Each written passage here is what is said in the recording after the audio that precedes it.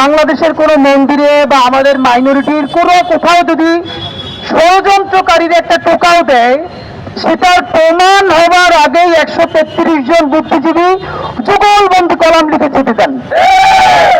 শাহবাগে জাদুঘরের সামনে এসে একজন থেকে শুরু করে যতজন হয় তার প্রচন্ড কথা বলেন, এবং এটা তো বলা দরকারও আমরা মনে করি যে এই যে বুদ্ধিভিত্তিক লড়াইটা তো দরকার। কিন্তু আফসোস কি দেখেন, আমরা তর্কের খাতিরে ধরেও নেই, আমরা তো আর শাহবাগী না, আমরা তো শাহবাগ তন্ত্র কায়েম করব না।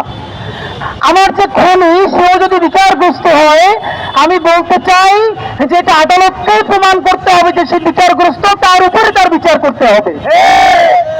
দেখেন, এই যে প্রত্যেকটা ঘটনা ঘটার সাথে গত 15-20 বছরে মন্দিরে হামলা, পূজার সময় হামলা বলার চেষ্টা করা হয়েছে, এখানে ধর্মপ্রাণ মুসলমানরা করেছে। আপনারা লিখে রাখেন, একটা মিডিয়াও আজকে বলতে পারবে না হাসিনার আমলে যতগুলো মন্দিরে হামলা করা হয়েছে, পূজার উপাসনালয়ে হামলা করা হয়েছে, বলা হয়েছে ধর্মপ্রাণ মুসলমান আব্দুল গফুর, আব্দুল করিম, আব্দুল রহিম তারা কোরআন শরীফ থেকে এসেছে মন্দিরে গিয়ে, পরবর্তী একটা তদন্ত কমিটিও এই থেকে সত্য বলে প্রমাণ করতে পারে না এবং করেও নাই।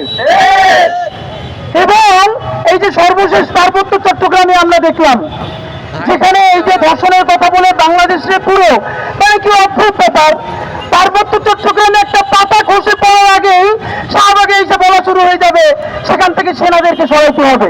কেন পার্বত্য চট্টগ্রাম থেকে সেনাদেরকে সরাইছে?